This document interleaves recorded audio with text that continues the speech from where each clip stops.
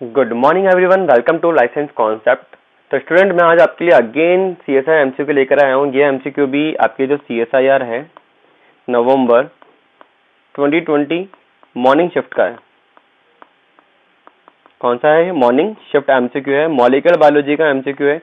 हमारी जो molecular biology चल रही है उसी के रिगार्डिंग अपन MCQ सॉल्व कर रहे हैं। ये क्वेश्चन आपकी जो मॉलिक्यूलर बायोलॉजी सीरीज चली है, जो अपन कंटिन्यू चल रही है, उसी के नॉलेज बेस्ड क्वेश्चन है ये। ठीक है। अब देखो क्वेश्चन क्या कह रहा है कि which one of the following statement about eukaryotic RNA processing is incorrect. तो पहली बात तो हमसे ये पूछ लिया गया है कि यहाँ पर क्या बोल रहे हैं कि हमें इनकरेक्ट स्टेटमेंट बताना है रिगार्डिंग यूकैरियोटिक RNA प्रोसेसिंग। ठीक है। अब देखो वेरी फर्स्ट स्टेटमेंट इन्होंने बोला है कि टर्मिनेशन ऑफ ट्रांसक्रिप्शन अकर को ट्रांसक्रिप्शनली एट द पॉलीएडेनाइलेशन साइट। तो इन्होंने बोला है कि जो आपका टर्मिनेशन हो रहा है ट्रांसक्रिप्शन का इन यूकैरियोट, वो को ट्रांसक्रिप्शनली हो रहा है एट द पॉलीएडेनाइलेट साइट। क्या पॉलीएडेनाइलेशन साइट के ऊपर होता है क्या टर्मिनेशन? ऐसा आपको देखने को मिलता है क्या? लाइक अगर अपन ने, जब मैंने आपको ट्रांसक्रिप्शन टर्मिनेशन पढ़ा था इन यूकैरियोट, चाहे तो आप प्लेलिस्ट देख सकते हो, तो वहां पे हमने क्या देखा था? वहां पे हमने देखा था लाइक टर्मिनेशन के टाइम पे यह हमारा DNA था एंड देन यहाँ पे कौन आके बाइंड कर रहा था? यहाँ पे बाइंड कर रहा था हमारा RNA polymerase. And RNA polymerase bind करने के बाद में यहाँ पे ये हमारा RNA का ट्रांसक्रिप्ट बाहर निकला। ये RNA का ट्रांसक्रिप्ट बाहर निकल रहा है। ठीक है। एंड RNA के अंदर सेकेंडरी स्ट्रक्चर भी देखने को मिल जाती है, लाइक ये 7 मिथाइल ग्वानिन की कैपिंग है, क्योंकि कैपिंग इज ए को ट्रांसक्रिप्शन मॉडिफिकेशन। ओके। एंड यहाँ पे हमने देखा था एक सीक्वेंस लाइक UGUGGU, है ना। एंड यहाँ पे एक सीक्वेंस थी like A and C, and यहाँ पे सीक्वेंस थी A। तो यहाँ पे हम जब ट्रांसक्रिप्शन देख रहे थे तो यहाँ पे ये क्या है? ये टर्मिनेशन साइट है एक तरह से, ये मान के चलो ये टर्मिनेशन साइट है। तो यहाँ पे क्या देख रहे थे? कुछ क्लीवेज देखने को मिल रहे थे। तो क्लीवेज लाइक यहाँ पे हम क्या देख रहे थे कि कुछ प्रोटीन्स आके बाइंड कर रही थी। फॉर एग्जाम्पल जो प्रोटीन्स है यहाँ पे जो बाइंड कर रहेगी, यहाँ पे कौन बाइंड कर रहा था? क्लीवेज पॉलीएडेनाइलेशन स्पेसिफिक फैक्टर्स आके बाइंड कर रहे थे। कौन बाइंड कर रहा था? क्लीवेज पॉलीएडेनाइलेशन स्पेसिफिक फैक्टर, जिसकी भी multiple subunit like 160, CPSF 160, CPSF 100, CPSF 30 and CPSF 73। As well as यहाँ पे क्या है, और भी ट्रांसक्रिप्शन फैक्टर थे जो बाइंड कर रहे थे। लाइक यहाँ पे बाइंड कर रहा था कौन? UGU पे बाइंड कर रहा था। यहाँ पे क्लीवेज स्टिमुलेटिंग फैक्टर्स आके बाइंड कर रहे थे। कौन बाइंड कर रहा था? क्लीवेज स्टिमुलेटिंग फैक्टर्स आके बाइंड कर रहे थे। एंड CS, आप इसको बोल सकते हो CSTF, क्लीवेज स्टिमुलेटिंग फैक्टर। और क्लीवेज स्टिमुलेटिंग फैक्टर है ना, जो क्लीवेज स्टिमुलेटिंग फैक्टर्स है, ये भी 3 टाइप के हेटेरोट्राइमेरिक होती है, लाइक CSTS 64, 77 एंड 50। क्लियर है? अब देखो यहाँ पे फिर हमने देखा था यहाँ पे कुछ क्लीवेज फैक्टर आए थे, कुछ सिम्प्लैंक्टिन प्रोटीन्स आके बाइंड करी थी। तो यहाँ पर भी है ना हमारे क्या होते हैं? क्लीवेज फैक्टर्स आके बाइंड करते हैं, like cleavage factors 1 and cleavage factors 2, या क्लीवेज प्रोटीन 1 एंड 2 आके यहाँ बाइंड करती है। ठीक है। क्लीवेज प्रोटीन बोल सकते हैं, क्लीवेज फैक्टर्स बोल सकते हैं। देन यहाँ पे हमने देखा था कि ये एक तरह से टर्मिनेशन साइट्स हो गए। तो यहाँ पे हमने क्या देखा था कि यहाँ पे क्या होगा? कट लगेगा तो क्या होगा? mRNA, यहाँ पे अगर मैं कट करता हूँ, इधर ये पार्ट कट कर देता हूँ, तो RNA क्या होगा? बाहर आ जाएगा। एंड देन ये हमारा टर्मिनेशन का प्रोसेस है। ठीक है। रिमेनिंग जो आपका क्या है, ये रिमेनिंग आपका जो यहाँ पे RNA बच गया है, इस RNA को हम डिग्रेड कर सकते हैं। ये जो लास्ट में हम देखेंगे डायग्राम क्या बना हमारा डायग्राम, लाइक हम देखेंगे कि आपका 7 मिथाइल ग्वानिन की कैपिंग है, एंड देन ये आपका यहाँ पर एडेनिन है, और यहाँ पर है A एंड A, और इसके ऊपर कौन बाइंड करके बैठा हुआ है? क्लीवेज पॉलीएडेनाइलेशन स्पेसिफिक फैक्टर CPSF आके बाइंड करके बैठे हुए हैं। ये तो हो गया हमारा mRNA जो हमने बाहर निकाल दिया। बट एक डायग्राम क्या है? एक डायग्राम ऐसा भी है ना कुछ कि ये देखो,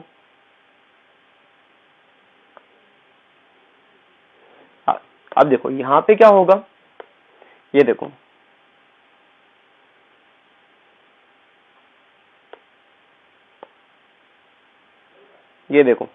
अब यहाँ पे क्या होगा? ये देखो RNA का, ये देखो RNA ट्रांसक्रिप्ट बाहर जो हल्का सा निकला हुआ है, ये देखो ये C। तो ये इसको कौन डिग्रेड करेगा? इसको डिग्रेड करने के लिए भी तो कोई चाहिए। तो इसको डिग्रेड करने के लिए देखो यहाँ पे क्या होता है, कुछ प्रोटीन्स आके बाइंड करती है, लाइक क्योंकि ये 5 प्राइम एंड है, 5 प्राइम एंड है, तो यहाँ पे आता है XRN1। XRN1 बोल रहा है मेरे पास में एक्टिविटी है 5 prime to 3 prime exonuclease activity है। कौन सी एक्टिविटी है? 5 प्राइम से 3 प्राइम एक्सो न्यूक्लियस एक्टिविटी है। तो ये जो छोटा सा RNA बच गया है ना, इसको मैं क्या करूंगा? डिग्रेड कर दूंगा, इसको मैं क्या करूंगा? तोड़ दूंगा। ठीक है, तो ये हमारा एक तरह से टर्मिनेशन प्रोसेस है, ये मैं ऑलरेडी डिटेल में पढ़ा चुका हूं आपको। तो ये स्टेटमेंट अगर देखा जाए ना, very first statement, termination of transcription occur को ट्रांसक्रिप्शनली, कि टर्मिनेशन जो हो रहा है को ट्रांसक्रिप्शनली हो रहा है, ठीक है, एट द पॉलीएडिनाइलेशन साइट। तो ये एकदम गलत स्टेटमेंट हो गया, ये रॉन्ग स्टेटमेंट है। नेक्स्ट स्टेटमेंट को अगर हम देखें तो ये रॉन्ग है। नेक्स्ट स्टेटमेंट देखो, phosphorylation of the serine 2 of the RNA polymerase second C-terminal domain is required for the recruitment of polyadenylation factors। तो देखो polyadenylation factor कौन है? ये CPSF है ना, ये polyadenylation factor ही हो गया। ये CPSF है ना, ये polyadenylation factor ही हो गया। ये क्या करता है? ये रिक्रूट करता है poly A पॉलीमरेज को। ये किसको रिक्रूट करता है? poly A पॉलीमरेज फर्स्ट को, पाप फर्स्ट को रिक्रूट करता है, जो कि 10 to 12 एडेनिन न्यूक्लियोटाइड को अटैच करते हैं, जिसकी वजह से क्या होगा? लाइक आपको ये 7 मेथिल गुआनिन की कैपिंग थी mRNA के ऊपर, एंड यहाँ पे एडेनिन है, तो ये 8 to 10 क्या होंगे, या 10 to 12 एडेनिन मॉलिक्यूल अटैच हो जाते हैं। यहाँ पे आपका AAU AAA ये आपका प्रेजेंट है यहाँ पे। ठीक है, अब देखो तो ये CPSF कैसा आया? इन्होंने बोला है ये CPSF कैसा आया? ये CPSF ये क्या है? CPSF इज ए पॉली, ये क्या है? एक तरह से पॉलीएडिनाइलेशन फैक्टर ही है, इसका नाम भी यही है, क्लीवेज पॉलीएडिनाइलेशन स्पेसिफिक फैक्टर। तो इसको रिक्रूट कैसे करा है? तो याद करो, जब मैंने आपको इलोंगेशन प्रोसेस बताई थी, तो इलोंगेशन प्रोसेस के टाइम पे मैंने कहा था कि यहाँ पे क्या होता है, ये देखो, ये आपका कौन है? DNA है, एंड इसके ऊपर कौन है? ये RNA पॉलीमरेज ने बाइंडिंग कर रखी है। एंड देन हमने क्या देखा था? हमने देखा था कि इस RNA पॉलीमरेज की क्या है? टेल्स भी है। इस टेल का फॉस्फोराइलेशन ऑलरेडी हो रखा है यहाँ पर, ठीक है, इसका फॉस्फोराइलेशन कर रखा है। एंड हमने क्या देखा था कि ये टेल क्या करती है? ये टेल एक तरह से DNA के साथ में बाइंडिंग शो कर लेती है, लाइक ये देखो, एंड टेल का फॉस्फोराइलेशन अपन ने कर रखा है। इसके ऊपर कौन? इस फॉस्फोराइलेशन जो हो रखा है, ये 5th नंबर सेरिन का था। किसका था? ये 5th नंबर सेरिन का था। 5th नंबर सेरिन कैसे? क्योंकि हमारे जो पॉलीमरेज है, RNA पॉलीमरेज की जो टेल है, इसमें क्या होता है? हैप्टा पेप्टाइड की सीक्वेंस होती है। यहाँ पे हैप्टा पेप्टाइड सीक्वेंस होती है, लाइक YSPTSPS। तो यहाँ पे क्या है? ये 5th नंबर सेरिन है। इस 5th नंबर सेरिन का क्या होता है? फॉस्फोराइलेशन हो जाता है। देखो 1 नंबर, 2 नंबर, 3, 4, 5, 6, 7, तो 7 नंबर है, तो हैप्टा बोल सकते हैं। हैप्टा पेप्टाइड की रिपीटेशन होती है। ईस्ट के अंदर ये रिपीटेशन होगी 26 टाइम, एंड मैमल्स के अंदर ये सीक्वेंस रिपीट्स होती है 52 टाइम्स। अब देखो ये जो यहाँ पे हमने देखा है कि यहाँ पे क्या हो रहा है? 5th नंबर सेरिन का फॉस्फोराइलेशन ऑलरेडी हो रखा था। तो यहाँ पे हमने देखा था कि यहाँ पे एक प्रोटीन आगे बाइंड करी थी इस पे। इस प्रोटीन का नाम क्या था? इस प्रोटीन का नाम था DSIF। क्या नाम था इसका? DRB sensitive inducing factor, DSIF। Full form लिख देता हूं मैं इसकी, DSIF की, DRB सेंसिटिव इंड्यूसिंग फैक्टर। तो DRB sensitive inducing factor DSIF क्या करता है? ये रिक्रूट करता है एक प्रोटीन को। ये किसको इसको रिक्रूट करेगा? पहले बात तो ये रिक्रूट करेगा कैपिंग एंजाइम को, जिसकी वजह से यहाँ पे कैपिंग आ जाएगी। और एक प्रोटीन और है जिसका नाम है नेगेटिव इलोंगेशन फैक्टर NELF को, जिसकी वजह से ये देखो NELF क्या करता है? सामने आके बाइंड कर गया DNA से, जिसकी वजह से RNA पॉलीमरेज मूव नहीं कर पा रहा है।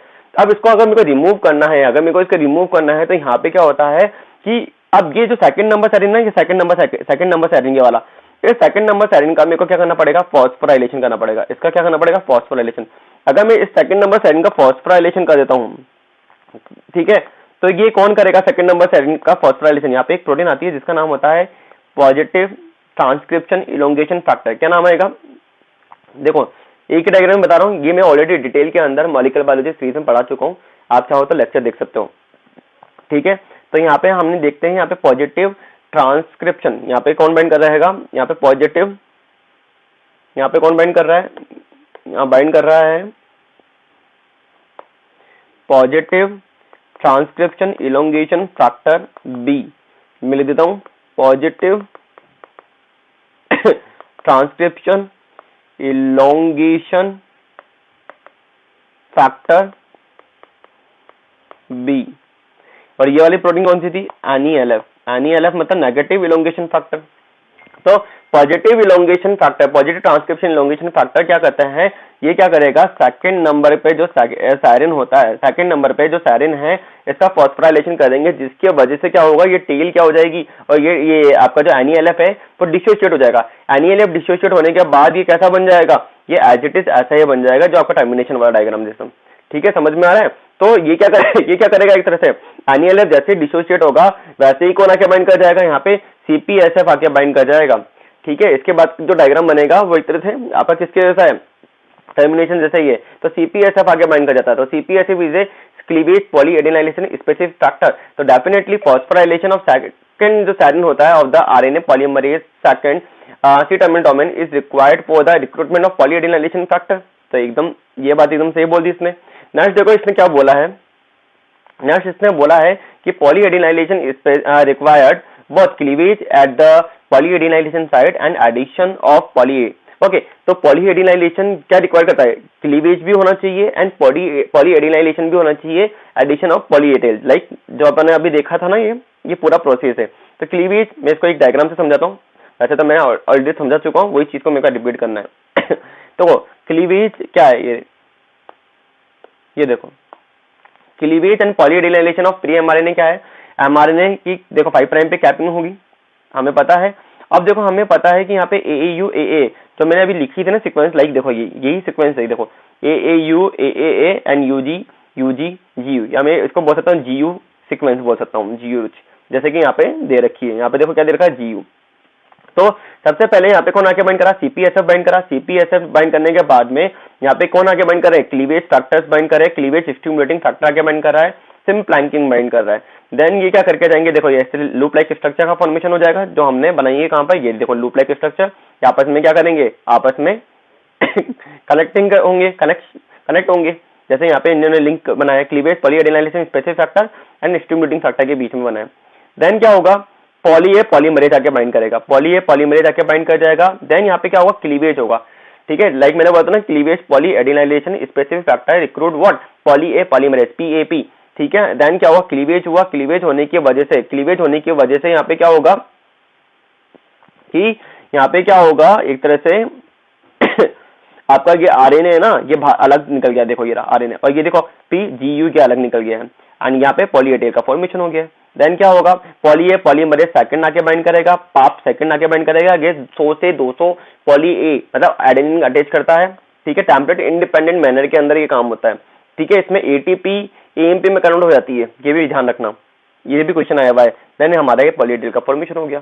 तो डेफिनेटली यहाँ पे क्या हो रहा है, क्लीवेज देखने को मिल रहा है। यस, तो यहाँ पे हमने बोला कि जो स्टेटमेंट कौन सा है, थर्ड है, ये भी एकदम करेक्ट है। Polyadenylation required both cleavage and at the polyadenylation site and addition of poly A tail, correct है। अब देखो नेक्स्ट बोल रहे हैं कि XRN2 is a nuclease that degrade the cleaved RNA to release RNA polymerase second from the template। तो अभी मैंने बताया तो था ये देखो ये रहा XRN1 का रोल, मैंने आपको अभी बताया था। इसको मैं ऑलरेडी आपको दिखा देता हूँ, डायग्राम से इसको भी समझाता हूँ मैं। ये देखो यहाँ से समझो, बहुत ही इजी डायग्राम है। तो देखो यहाँ पे हम क्या देख रहे हैं, ये देखो यहाँ पे क्लीवेज हो रहा है पॉलीएडिनाइलेशन कॉम्प्लेक्स फॉर्मेशन का। देन क्लीवेज होने के बाद में ये देखो यहाँ से कट हुआ, ये कट होने के बाद में क्लीवेज हो गया। तो यहाँ पे अब क्या हो गया, ये देखो ये आपका क्या है, यहाँ पे जो 5 प्राइम एंड है ना, ये देखो ये RNA पॉलीमरेज है, कंफर्मेशन चेंजेस होंगे यहाँ पे देखने को मिलेंगे। ठीक है, एंड देन यहाँ पे क्या होगा, ये जो बचा हुआ पार्ट है ना ये वाला, ठीक है, RNA तो बाहर निकल अलग हो जाएगा भाई, ये बचा हुआ पार्ट होगा ना, ये देखो। ठीक है, ये कौन बाइंड करा, XRN2 आके बाइंड करेगा, जिसके पास में 5 प्राइम से 3 प्राइम एक्सोन्यूक्लियस एक्टिविटी है, डिग्रेडेशन करेगा, जिसके वजह से ये पूरा mRNA ना ये डिग्रेड हो जाएगा। देन आपका RNA पॉलीमरेज क्या होगा, डिसोशिएट हो जाएगा एंड टर्मिनेशन खत्म। समझ में आया? तो सबसे पहले हमने ये चीज मैंने आपको यहाँ पे समझाई है, ये डायग्राम को मैंने यहाँ समझाया कि XRN1 देखो बाइंड कर रहा है। ठीक है, XRN1 ने बाइंड करा, देन क्या होगा 5 प्राइम 3 प्राइम एक्सोन्यूक्लियस एक्टिविटी काम करेगी, जिसके वजह से ये RNA पॉलीमरेज बाद में डिसोशिएट हो जाएगा, और ये जो आपका RNA बचा है ना ये छोटा सा, ये RNA क्या होगा, ये पूरा का पूरा क्लीव हो जाएगा। तो अगर देखा जाए तो ये स्टेटमेंट भी एकदम करेक्ट स्टेटमेंट बोल दिया इन्होंने, ये स्टेटमेंट भी क्या है, करेक्ट स्टेटमेंट है।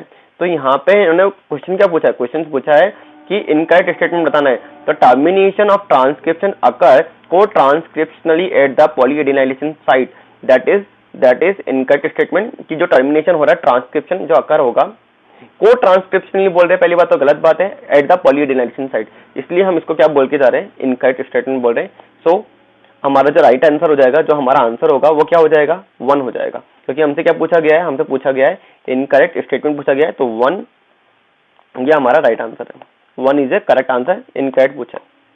ठीक है, सो आई होप आपको ये क्वेश्चन अच्छे से समझ में आया हो, कोई प्रॉब्लम नहीं हुई हो, फिर भी कोई दिक्कत आ रही है, कोई क्वेश्चन समझने में दिक्कत आ रही है, तो आप क्या कर सकते हो, टेलीग्राम ग्रुप पे वो क्वेश्चन सेंड कर सकते हो, व्हाट्सएप पे सेंड कर सकते हो, मैं उसका सोल्यूशन आपको जल्दी से जल्दी एज सुन एज पॉसिबल मैं उसका सोल्यूशन आपका यूट्यूब पे अपलोड कर दूंगा। अगर मेरे क्वेश्चन आपको हेल्प कर रहे हो, ये क्वेश्चन आपके लिए हेल्पफुल है, तो आप क्या करो, लाइक करो, शेयर करो, सब्सक्राइब करो, and all the best for your exam, your next exam, and bye, take care, thank you.